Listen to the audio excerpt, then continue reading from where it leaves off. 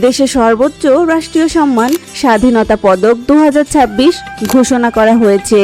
এবার বিভিন্ন ক্ষেত্রে বিশেষ অবদানের জন্য 15 জন বিশিষ্ট ব্যক্তি ও 5টি প্রতিষ্ঠান এই পদক পেয়েছেন। প্রধানমন্ত্রী নিজ হাতে বিজয়ীদের হাতে পদক তুলে দেন। পুরস্কার প্রাপ্তদের মধ্যে সংস্কৃতি অঙ্গনের জনপ্রিয় মুখ হানিফ সংকেত অন্যতম। দীর্ঘ সময় ধরে বিনোদন ও সমাজসেবায় গুরুত্বপূর্ণ ভূমিকা রাখায় তাকে এই সম্মাননা দেওয়া হয়। হানিফ সংকেত ছাড়াও বিজ্ঞান, প্রযুক্তি, সাহিত্য ও সমাজসেবা সহ বিভিন্ন ক্যাটাগরিতে এই পদক দেওয়া হয়েছে। স্বাধীনতা ও মুক্তিযুদ্ধে অবদানের জন্য কয়েকজন বীর মুক্তিযোদ্ধাকে মরণোত্তর পদক দেওয়া হয়।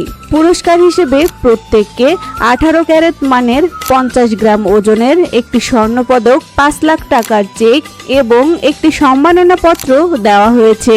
প্রধানমন্ত্রী তার বক্তব্যে দেশ গঠনে গুণীজনদের অবদানের প্রশংসা করেন এবং নতুন প্রজন্মকে তাদের আদর্শ অনুসরণের আহ্বান জানান।